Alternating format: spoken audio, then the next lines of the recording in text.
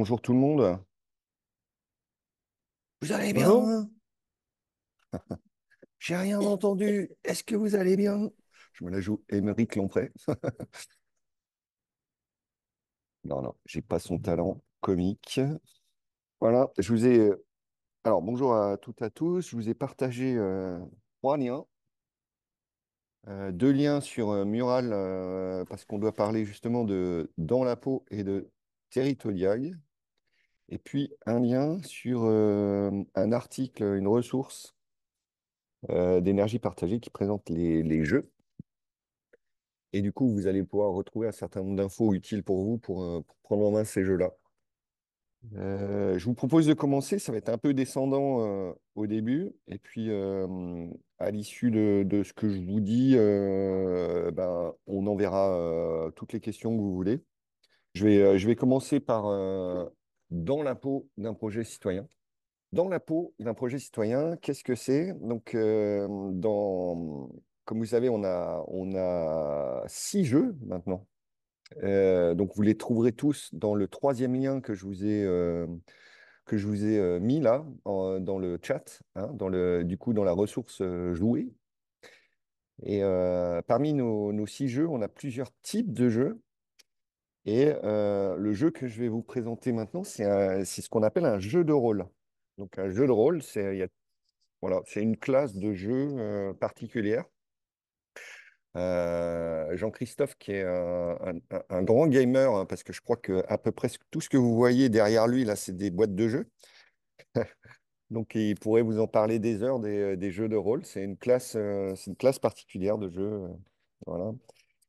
Et ce jeu de rôle, on l'a fabriqué pour rendre un peu vivant toute la partie sur la rédaction des statuts et faire vivre un peu à des bénévoles, à des agents de collectivité et même à des professionnels, la gouvernance dans une société de projet, quand on est dans une société de projet qui est un peu multi-acteur. Du coup, ça permet d'anticiper un certain nombre de cas, ça permet de rendre vivant cette partie qui est parfois un peu théorique. Bon, c'est vrai que ça s'appuie sur beaucoup, beaucoup de théorie qui est un peu aride.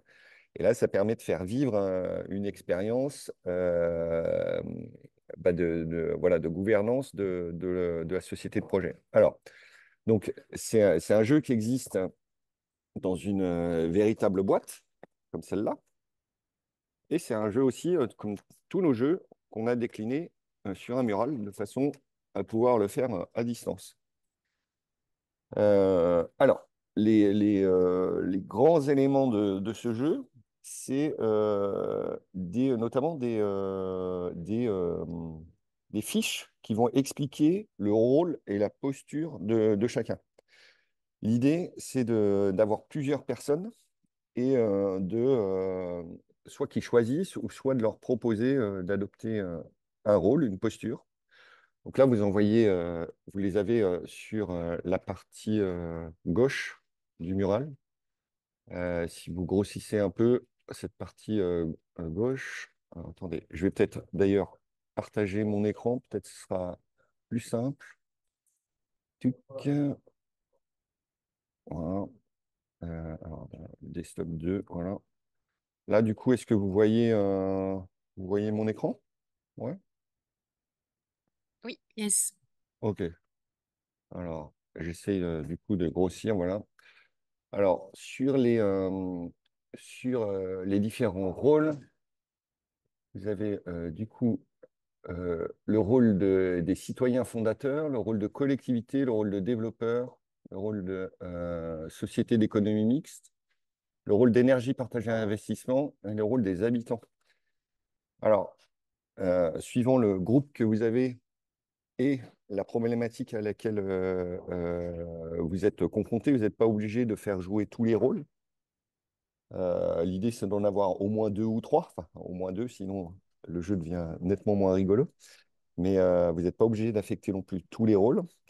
Et l'autre chose que vous avez à vous à préparer, toujours en fonction de ce que vous voulez faire passer exactement comme message, si c'est une situation véridique ou si c'est enfin, les rôles concrètes ou si c'est un exercice purement théorique, vous allez devoir affecter des droits de vote et des parts de capital. Vous pouvez les corréler, les décorréler, tout ça.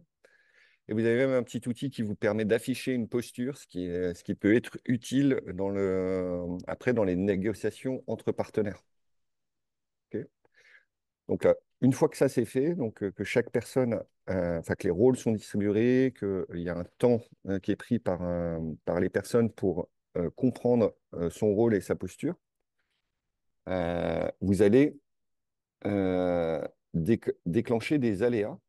Les aléas, vous avez des cartes aléas. C'est pareil, vous pouvez choisir soit des aléas au hasard, ou soit des aléas qui correspondent à une réalité d'un groupe un collectif que vous accompagnez. Et les aléas, en fait, ils vont euh, obliger le groupe à prendre une décision parmi une, deux minimum possibilités, voire trois ou quatre. Et cette décision, elle va devoir être prise suivant la nature de la décision, soit soit la majorité qualifiée, ça dépend.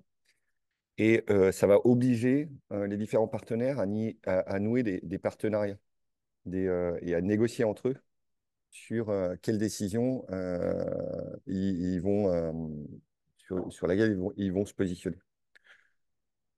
Voilà la mécanique du jeu. En vrai, elle est très simple.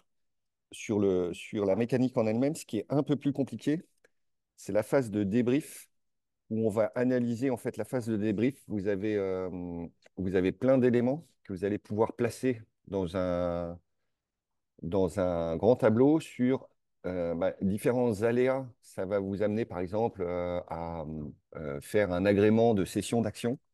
Et un agrément de cession d'action, est-ce que c'est du ressort du comité de gestion, de l'Assemblée générale ou de l'Assemblée générale extraordinaire? Donc, ça, les éléments de débrief, là, il suppose, suivant comment l'animateur se sent et comment lui-même a des connaissances ou pas, vous pouvez aller euh, loin ou un peu moins loin dans les éléments de débrief, suivant comment vous êtes équipé d'un point de vue connaissance de ces mécanismes-là, quoi. Vous pouvez vous contenter de faire jouer un groupe sur cet aspect de négociation entre partenaires pour qu'ils comprennent l'importance de rédiger des statuts, prévoir des pactes d'actionnaires, tout ça. Et si vous êtes un peu calé par votre expérience dans le fonctionnement juridique d'une société de projet, vous pouvez rentrer dans des explications plus pointues sur, voilà, tel aléa, il faisait appel à telle chose, et telle chose, elle est du ressort de telle instance, etc. Voilà. Mais sachez qu'il ne faut pas que ça vous fasse peur. Vous n'êtes pas obligé d'être un juriste pour animer ce jeu. Puisque ce qu'on veut, enfin, le principal truc qu'on veut pointer du doigt, c'est dans les sociétés de projets multipartenariales, cette importance de négocier entre partenaires. C'est ça qu'on veut, c'est ça le nœud dans la peau. Il y a un truc aussi qui pourrait surtout quand vous mettez par exemple des agents de collectivité, des bénévoles, enfin, voire des élus, enfin, des gens très différents et que vous voulez les faire jouer à ça, parfois vous vous dites, mais en vrai, est-ce qu'ils vont être OK pour jouer un rôle? Parfois, on peut avoir peur de ça. Et je peux vous garantir que chaque fois que je l'ai vu mis en œuvre, en vrai, les gens adorent jouer des rôles. Et que ça a jamais été, enfin, j'ai jamais vu que ce soit un obstacle. Les gens adorent jouer des rôles. Et comme les petits livrets là sont pas trop mal fichus, les gens adhèrent à ça très facilement. C'est pas du tout un frein pour ce jeu. Voilà pour le. Là, on est dans une présentation un peu à grosse maille hein, de ce jeu. Franchement, parmi tous nos jeux, c'est un des plus simples à mettre en œuvre. Hein. Bon, Freezel est assez simple. Celui-là aussi, au niveau consigne, il y a pas grand-chose. Là où vous allez avoir une petite complexité, c'est à bien le préparer, c'est-à-dire à choisir des aléas qui vont être pertinents par rapport au public que vous avez en face, à où il en est. Euh, bien aussi distribuer les bons rôles pertinents. Et puis aller plus ou moins loin dans le débrief en fonction du besoin de la structure que vous accompagnez. Mais au niveau consigne, c'est vraiment très simple, quoi. C'est OK, chacun son rôle, et hop, vous faites tomber les aléas, ça discute, ça vote, et il y a une décision qui est prise, et après, on en discute. La mécanique est très simple. Est-ce que du coup vous avez des questions sur ça, hein? N'hésitez pas. Je vois qu'il y en a déjà par écrit. J'ai Alice, donc est-ce qu'il y a un petit carnet de l'animateur qui permettrait d'expliquer toutes les cartes de débris? Alors, non, la réponse est non. On n'a pas fait ça. Euh, ces cartes, elles existent là, et en fait, c'est en fonction, vous, de.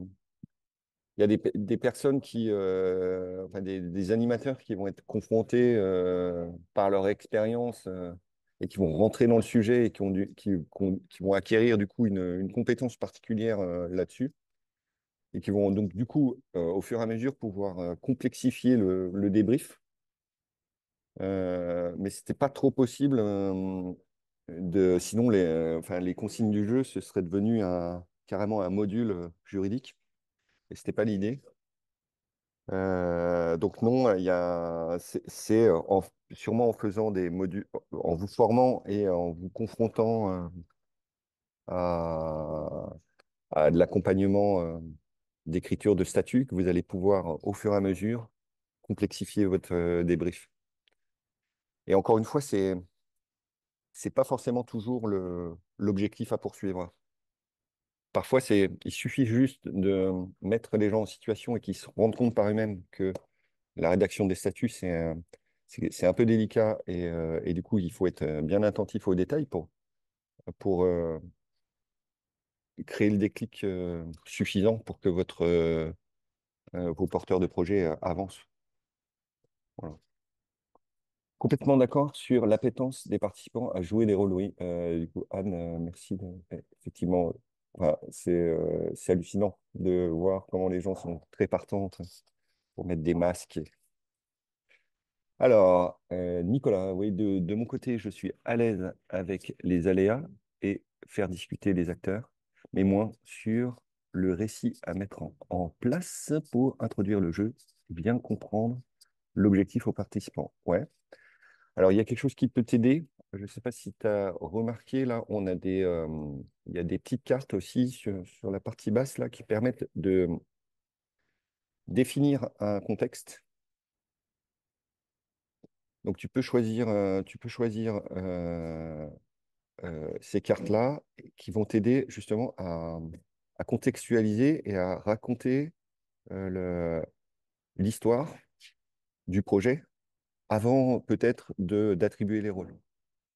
Ça te met au clair avec les différentes composantes du contexte. Tu peux prendre la parole en direct, hein, Nicolas, si tu n'as pas envie Je vous invite, hein, d'ailleurs, là, on n'est pas hyper nombreux, on est combien? On est 15. Prenez la parole, hein, c'est bien, hein. Vous embêtez pas. Voilà, donc ça, c'est des choses qui vous permettent. Effectivement, c'est bien quand même il y a un récit quoi, à faire. Soit quand on est dans une situation purement fictionnelle, bon, bah, c'est un récit que vous allez inventer, certainement par rapport à des caractéristiques de territoire, par rapport au public que vous avez en face de vous, si c'est bon, ils sont peut-être déjà très aguerris, du coup vous allez parler plutôt d'un gros projet, ils sont peut-être très débutants, du coup vous allez parler peut-être d'un plus petit projet. Enfin, bref, il faut développer un petit récit de façon qu'ils puissent après se projeter dans des rôles qui soient pertinents par rapport à. Et ça, c'est un peu le boulot qu'il y a en amont de la part des animateurs pour que vraiment voilà, que le récit et que les rôles soit pertinent. Ouais, Nicolas? Du coup, si je me projette un peu et si je veux le faire avec des membres d'un projet qui ont déjà différentes casquettes, est-ce qu'on donne la casquette élu aux élus, la casquette citoyen aux citoyens, etc., ou est-ce qu'on privilégie de les mélanger ou de leur donner une casquette qu'ils n'ont pas? Là, Nicolas, je te dirais que tout dépend ce à quoi tu veux arriver, quoi. Est-ce que tu veux anticiper vraiment de la réalité et du coup, tu vas leur donner leur cassette et du coup, tu anticipes vraiment de ce qui pourrait vraiment se passer quelque part, ou tu veux faire de la pédagogie et expliquer, par exemple, à des élus ils n'ont pas forcément le même intérêt que les habitants. Et du coup, tu vas donner à l'élu le rôle de l'habitant. Et à ce moment-là, ça va l'obliger à se mettre à la place d'eux, et ça va du coup le faire réfléchir. Et on progresse sur un autre aspect. Les deux sont des options tout à fait possibles, mais elles vont pas aboutir au même résultat sur le jeu. Et toi, il faut que tu penses bien à ça. C'est vraiment le seul travail que vous ayez à faire en amont de ça, c'est bien prévoir les rôles et bien prévoir qui y a autour un peu qui y a autour de la table, les rôles, le contexte. Et à quoi vous voulez arriver, quoi, au bout du compte. Mais tu comprends rien, il y a pas, je vais pas te dire, ah ben non, là, il faut faire absolument ça, quoi. Ça dépend tellement de ce que tu as envie d'obtenir au final. Et si Alenka m'entend, je crois qu'Alenka, tu as plusieurs fois mis en œuvre ce jeu. Si tu veux nous apporter un petit rex, un petit sur peut-être des points d'attention ou ce que tu as réussi à obtenir de ce jeu. D'ailleurs, Alenka ou quelqu'un d'autre hein, qui l'aurait déjà mis en œuvre et qui aurait. Il me semble, toi, Alenka, que je ne sais pas si tu m'entends d'ailleurs. Je t'ai vu tout à l'heure, mais non, non, je pense que non, je pense que Alenka a quitté la réunion. Ok. Personne ne l'a mis en œuvre de son côté une fois ou l'autre et qui souhaiterait apporter un petit Rex. Non, on n'a que des. Ok. D'autres questions sur ce jeu?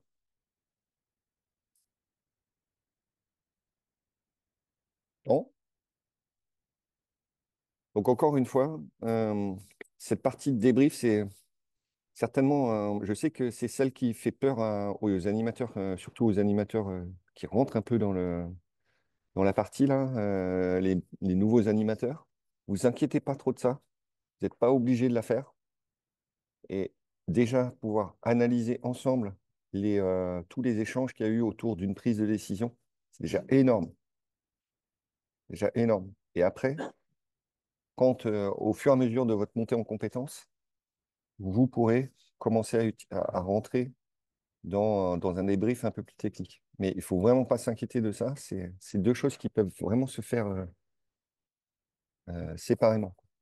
Vous n'êtes pas obligé de savoir que telle et telle prise de décision, elle concerne tel instant. Tout ça, c'est vraiment pas. Vous n'êtes pas obligé d'être un spécialiste du droit pour animer ce truc. Moi, Nicolas, je t'ai vu rapidement lever une main. C'était juste les cartes de contexte, là, je me souvenais pas les avoir vues dans le kit, donc je vais aller revoir Voilà, alors s'il y c'est a possible. possible. Je sais plus exactement si. D'ailleurs, il a été réimprimé. Et pour tout te dire, je sais plus si on les a remises, mais en tout cas, elles existent sur le mural. Elles sont disponibles sur le mural et du coup, ça peut vraiment t'aider à avoir tout ce qu'il faut pour tous les points pour définir ton contexte. Bah, du coup, vu que je l'ai en matériel, si jamais je les trouve pas, il y aurait moyen d'avoir accès à une version imprimable pour que je puisse compléter. Ouais, ouais, bah là, bon, le plus simple, hein, c'est genre, tu peux, quand tu as accès au mural, tu sais, tu peux le transformer en PDF. Et du coup, Ok, facilement, je vais regarder ça. on regardera ça. Mais normalement, elles sont en bonne définition, là, tu vois, si tu les grossis. Après, je pourrais éventuellement te fournir les fichiers, tu vois, s'il y a vraiment besoin. Mais tu vois, tu peux déjà te faire, ouais, tu peux déjà te faire, ça te fait une bonne matrice déjà pour, voilà. Alors, je voyais Jean-Christophe, c'est la suite assez naturelle du mini jeu de rôle à la fin du Freezel. Ouais, c'est là, c'est vrai que dans le Freezel, dans le Freezel, on a comment dire, un grand menu, hein, par phase et par dimension.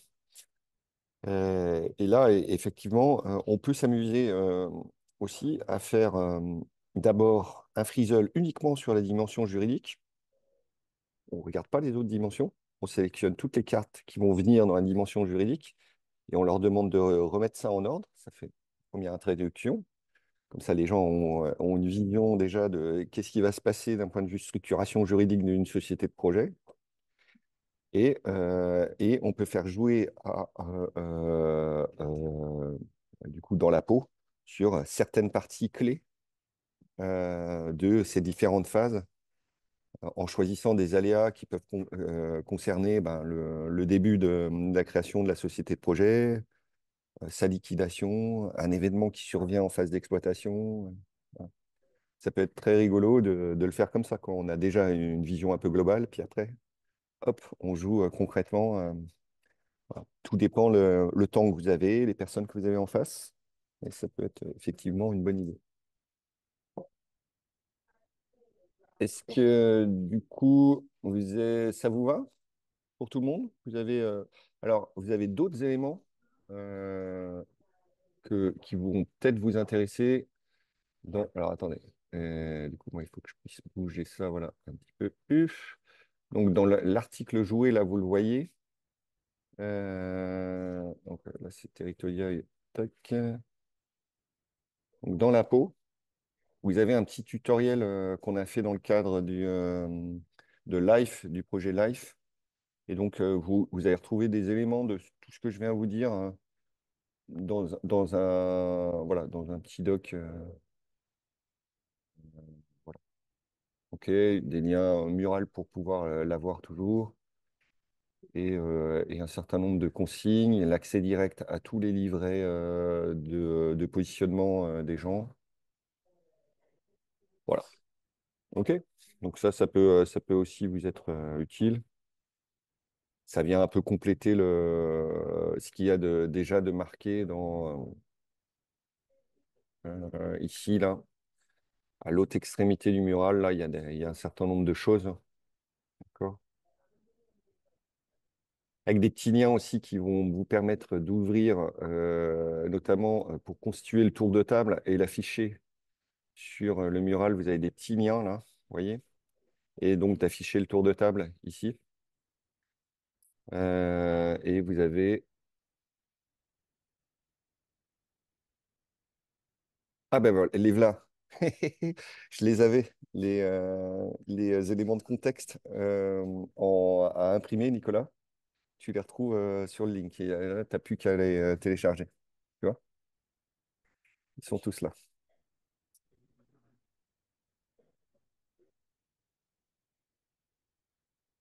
Donc, c'est le deuxième lien là, que tu trouves sur la zone à droite du mural, dans le pavé animateur. Voilà. Ça va?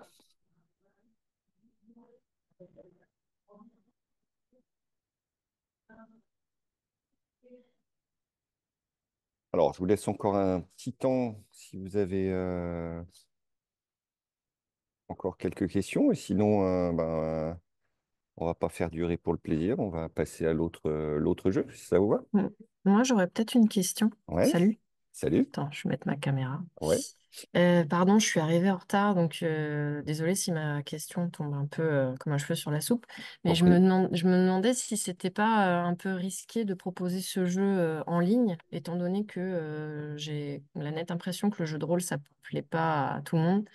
Et voilà, selon votre expérience, est-ce que ça passe aussi bien en ligne qu'en présentiel pour les personnes qui sont pas très à l'aise avec ce type de posture, quoi? Alors justement, on expliquait qu'en fait, voilà, on pense souvent que les gens ont du mal à jouer un rôle, et en vrai, ils adorent ça, hein, la plupart. Voilà, moi, j'ai jamais vu des gens ne pas rentrer dans ce jeu de jouer un rôle, et au contraire, ils le jouent, parfois même, ils le jouent tellement. que c'est compliqué, quoi. Qu'il faut leur dire, mais vous savez, vous n'êtes pas obligé d'être une caricature d'eux, quoi. Et du coup, non, les gens, globalement, bah, on trouvera toujours des contre-exemples, mais très souvent, c'est le frein qu'on imagine souvent sur ce type de jeu. Et en fait, on est surpris de voir à quel point les gens ont une facilité à jouer des rôles. Aussi, le conseil qu'on donne quand il y a des gens où c'est un peu compliqué, c'est de mettre plusieurs personnes sur le même rôle. Ça permet aussi de détendre chacun et de faciliter du coup le truc. Alors, d'une manière générale, Juliette, je te donne 100% raison. Tous nos jeux joués en distanciel, on a une perte en ligne. C'est clair de clair, quoi. Mais parfois, c'est pas possible de faire autrement. Et là, ce qu'il y a de sympa sur un jeu comme ça, c'est que pour un certain nombre de... Enfin, il y a des fonctionnalités sur Zoom, genre mettre les gens en petite salle par rôle pour qu'ils puissent se concerter. Enfin, il y a plein de choses qui sont possibles et qui rendent du coup ce jeu très possible à animer en ligne. Mais c'est bien, bien, bien, bien, bien clair que bah, pour tout, que ce soit la formation ou à une animation de jeu, 100% d'accord que c'est beaucoup mieux euh, euh, en présentiel. L'avantage pour vous de l'avoir aussi en ligne, c'est aussi de pouvoir avoir une vue globale sur tous les éléments du jeu sans être obligé de dépioter une boîte. Voilà. Et du coup, de pouvoir un peu naviguer comme ça et d'avoir un peu une vue un peu sur tout. Voilà. C'est un côté très pratique aussi pour vous, animateurs, pour prendre en main le jeu, je pense. Voilà. Et c'est clair que dès que vous pouvez le faire en présentiel, c'est ça qu'il faut. On arrête là. J'espère que vraiment, ce qui serait hyper intéressant, c'est quand vous avez utilisé pour la première fois, etc., n'hésitez pas à balancer un petit Rex. Ça peut être sur la liste, enfin, sur le Frama, hein, la foire au Rex, là où je sais plus, la bourse au Rex. Dire ouais, j'ai utilisé dans la peau, en vrai, ça, c'était un peu plus compliqué que prévu, mais ça s'est bien passé, etc. N'hésitez pas à le partager. Ça détendra, je pense, tout le monde et ça profitera à tout le monde. C'est toujours une expérience qui est utile pour tout le monde. N'ayez pas peur de partager ça. Ça peut tous nous faire progresser sur aussi la façon de le présenter, les points d'intention. Je regrette un peu qu'il n'y ait pas des. Il y avait Alenka qui était là, qui a certainement dû utiliser les deux. Je me serais bien appuyé sur elle pour avoir des témoignages complémentaires. Donc n'hésitez pas. N'hésitez pas à le partager avec vos pairs sur le Frama quand vous l'utilisez pour la première fois. Y compris si ça s'est un peu mal passé, c'est pas grave, hein. Il n'y a pas de raison pour que ça se fasse mal. Je vous souhaite une super journée et à très bientôt. Merci, bonne journée Merci aussi. beaucoup. Bonne journée. Merci, Julien. Merci. Merci, au revoir. Merci. Au Au revoir. revoir.